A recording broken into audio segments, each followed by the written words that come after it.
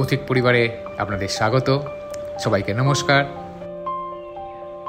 প্রথমে আমরা যাব পিস পাগোডা, তারপর এক বৌদ্ধ মঠ, তারপর ওখান থেকে আমরা চলে যাব সবার প্রিয় সেই বিখ্যাত টয় ট্রেন, আর তারপরে রক গার্ডেন।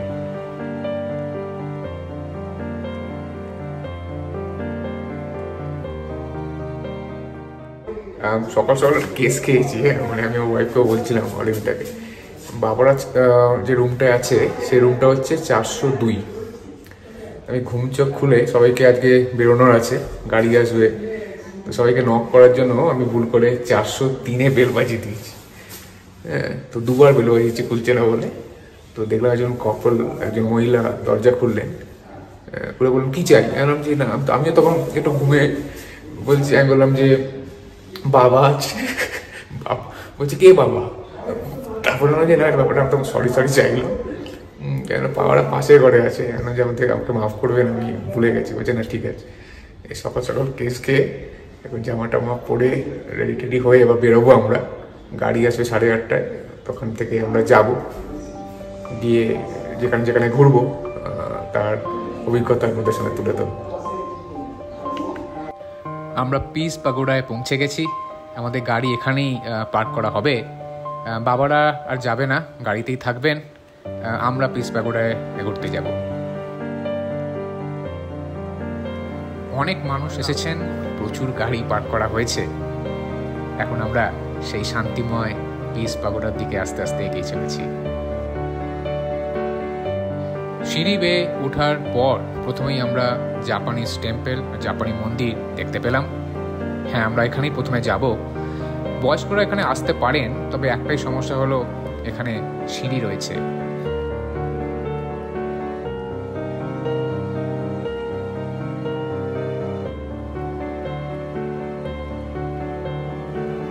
প্রবেশপথে দুটি সিংহের মূর্তি রয়েছে, যা বেশিরভাগ জাপানি এবং সাউথ ইস্ট এশিয়ার মন্দিরগুলোতে এক সাধারণ প্রতীক।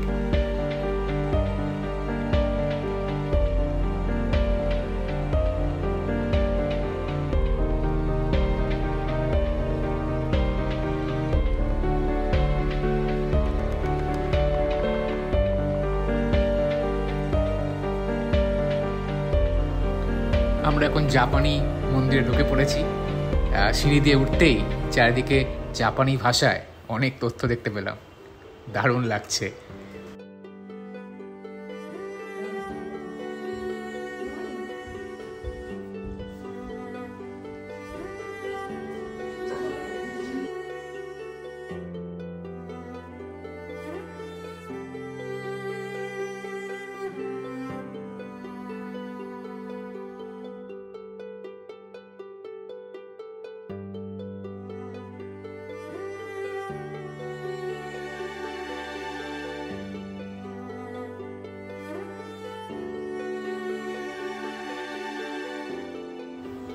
প্রার্থনার সময় এখানে ছবি তোলা একবারই নিষেধ, তবে আমরা একটু দেরিতে এসেছি আর তখন কোনো প্রার্থনা হচ্ছিল না,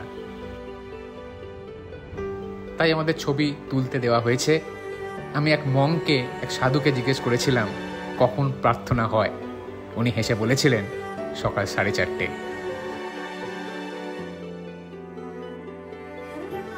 বলছে উঠবে, বসে আছে, উঠতে পারছে না, বদমাশি করছে মায়ের সাথে।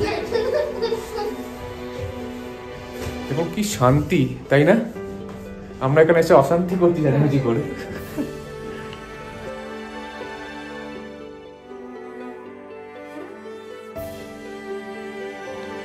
আগেও বলেছিলাম এখানে অনেক জাপানি ভাষায় তথ্য লেখা রয়েছে, আমরা ঘুরে ঘুরে সেগুলোই দেখছিলাম, ভীষণ ইন্টারেস্টিং।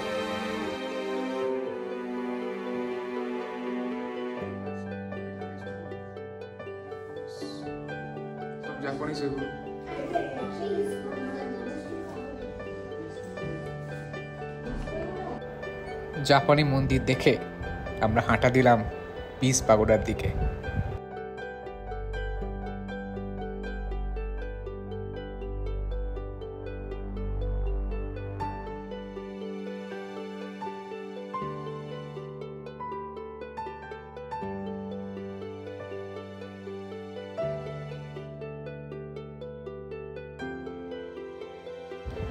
অদ্ভুত সব কারুকাজ, একবারে অবাক করার মতো। পুরো মন্দির জুড়েই অনেক দারুণ কাজ রয়েছে, নজর কাড়ার মতো।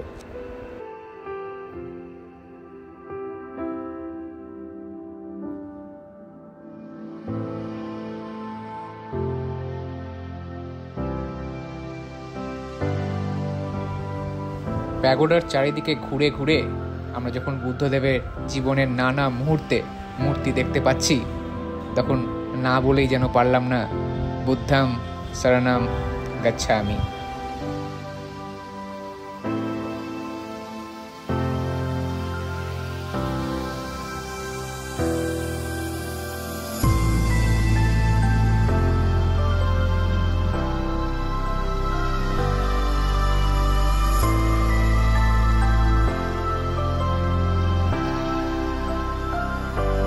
পুরো শ্লোকটা অনেকটা এরকম: বুদ্ধম শরণম গচ্ছামি, ধম্মম শরণম গচ্ছামি, সংঘম শরণম গচ্ছামি।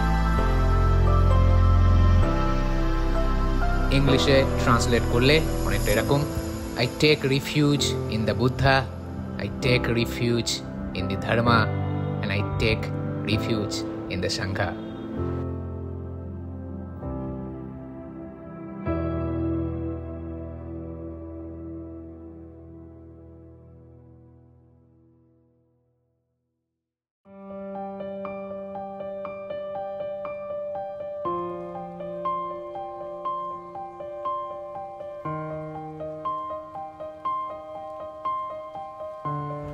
পিস প্যাগোডা দেখে আমরা রওনা দিলাম আমাদের পরবর্তী ডেস্টিনেশনস, সামতেনচোলিং বুদ্ধিস্ট ঘুম মোনাস্ট্রি।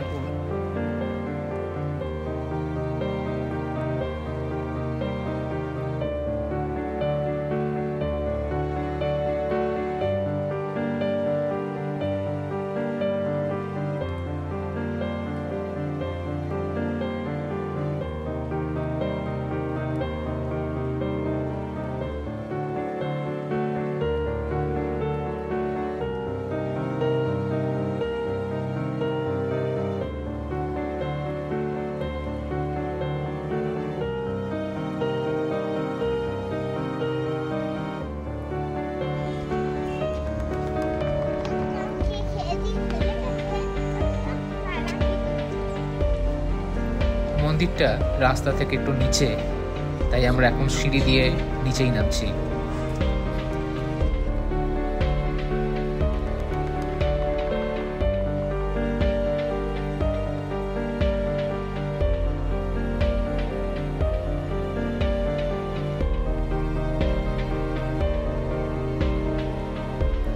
জুতো খুলে আমরা ভেতরে প্রবেশ করলাম।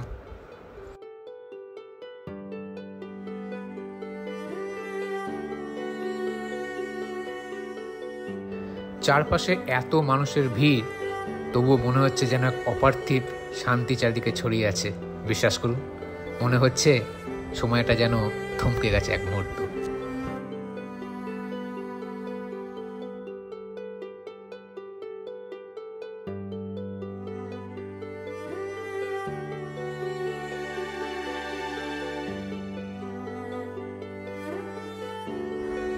মন্দিরের ভেতরে নানা রকমের জিনিস, মনে হচ্ছে যেন সবই নিয়ে আসি।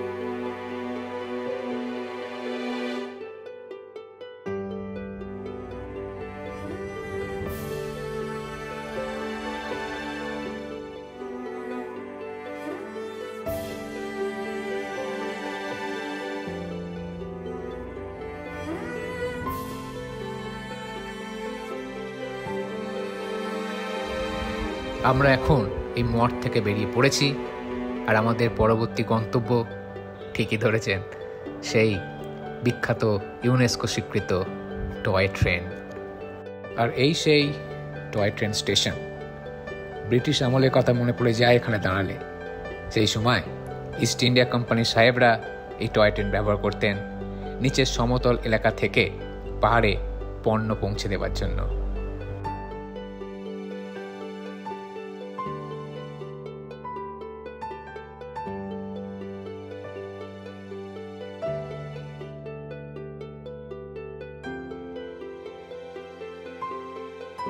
বলো কেমন লাগছে? আমি একটু বলে দিয়েছি ভিউয়ার্সদের একটু হিস্ট্রি।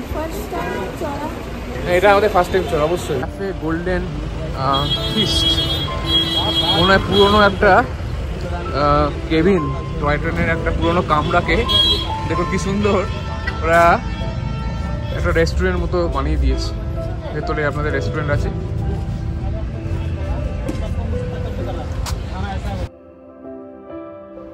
সময় বদলেছে, সেই পুরনো হেরিটেজ স্টেশন আজ নতুন রূপে সাজানো হয়েছে।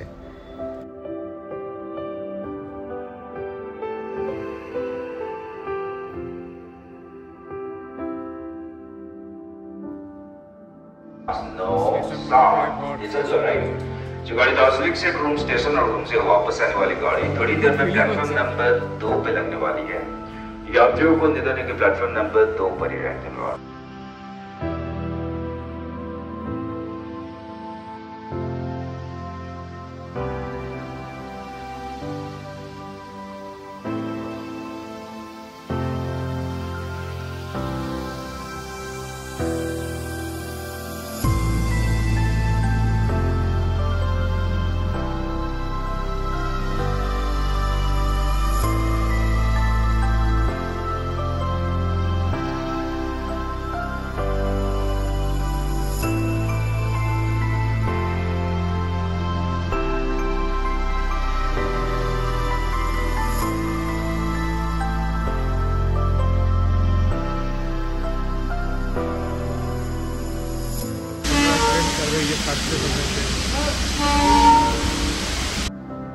আজ আমরা উঠছি দার্জিলিং হিমালয়ান রেলওয়ে সেই ঐতিহাসিক টয় ট্রেনে।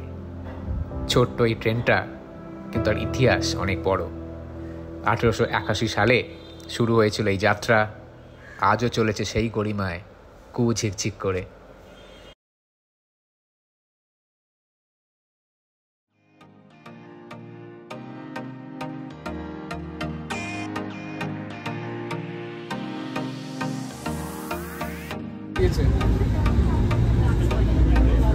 সামনে বসে আছে দিদার সাথে।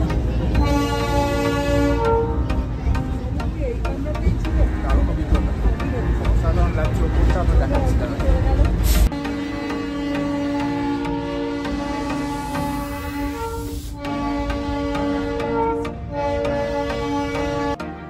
বাতাসিয়া লুপে ট্রেনটা থামলো।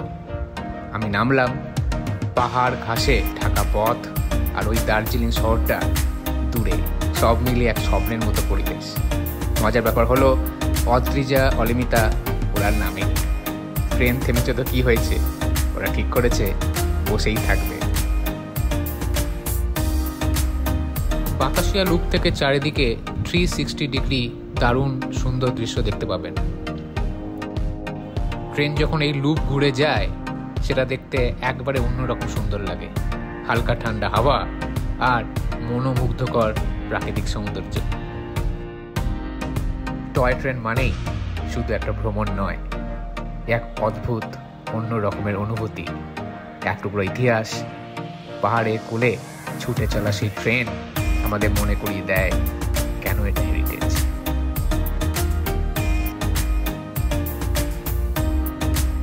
বাতাসিয়া লুপে একটু থামে, পাহাড়ের কোলে মেঘেরা নামে।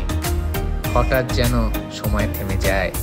টয় ট্রেন শুধু নয়, হৃদয়ের সাথী হয়ে রয়।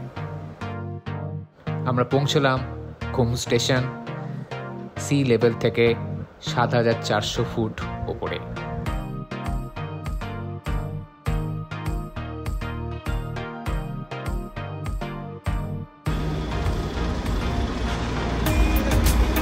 খুব উঁচু জায়গা, নেমে নাকে ধরো যদি নামে।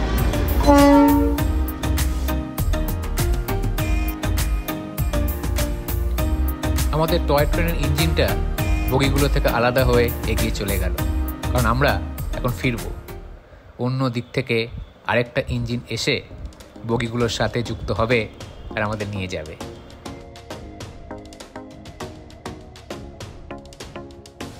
পাহাড়ের প্রতিটা বাঁক ঘুরে এই হাসিগুলো যেন আরো গভীর হয়ে ওঠে।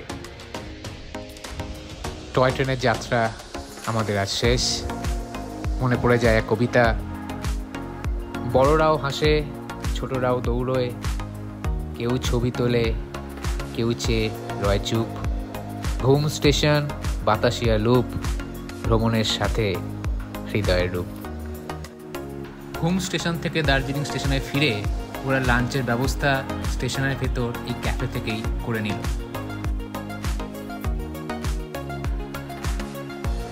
এবার আমাদের লাস্ট ডেস্টিনেশন রক গার্ডেন। গাড়ি করে যখন যাচ্ছিলাম, বিশ্বাস করুন, প্রকৃতির রূপ দেখে আমরা একবারে বিস্মিত।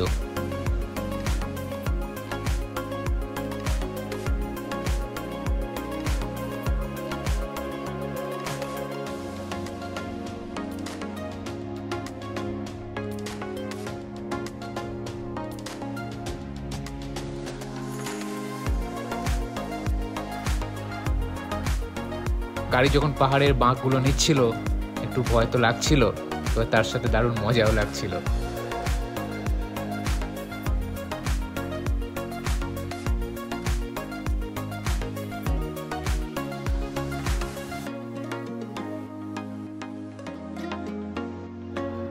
অবশেষে আমরা রক গার্ডেন পৌঁছে গেছি।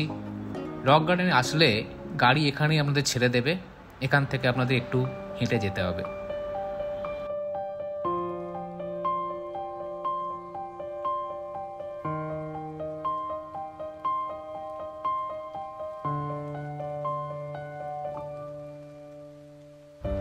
রক গার্ডেনের এন্ট্রি টিকিট 20 টাকা। আমরা টিকিট কেটে ভেতরে ঢুকে পড়লাম। আমরা রক গার্ডেন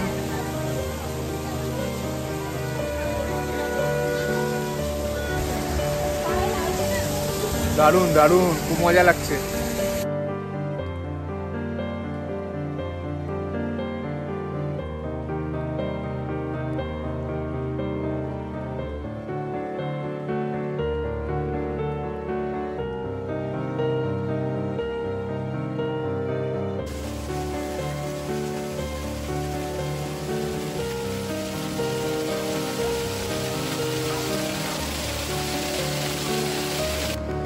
দারুণ কিছু ফুল চোখে পড়লো।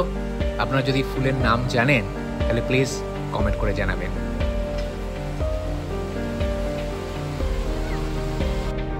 ওরা আস্তে আস্তে উপরে আসছে। আমার মনে হয় শাশুড়ি মাকে একটা প্রাইজ না দিলেই নয়, কারণ সব জায়গায় কিন্তু আমাদের সাথে উনি আসছেন, হাঁটছেন।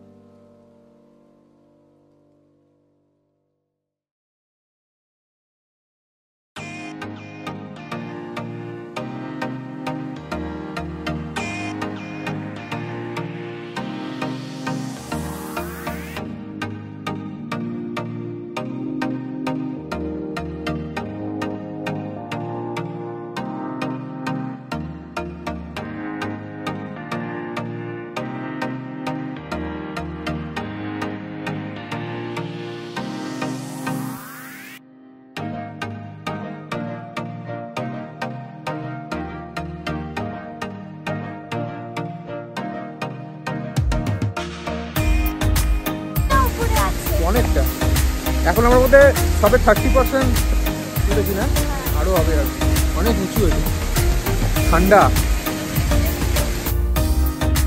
তুমি দেবজিৎ, আমি অদ্রিতা, আমি অলিভিতা।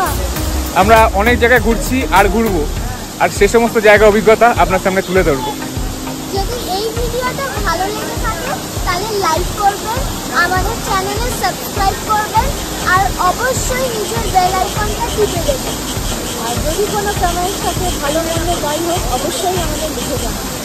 ধন্যবাদ।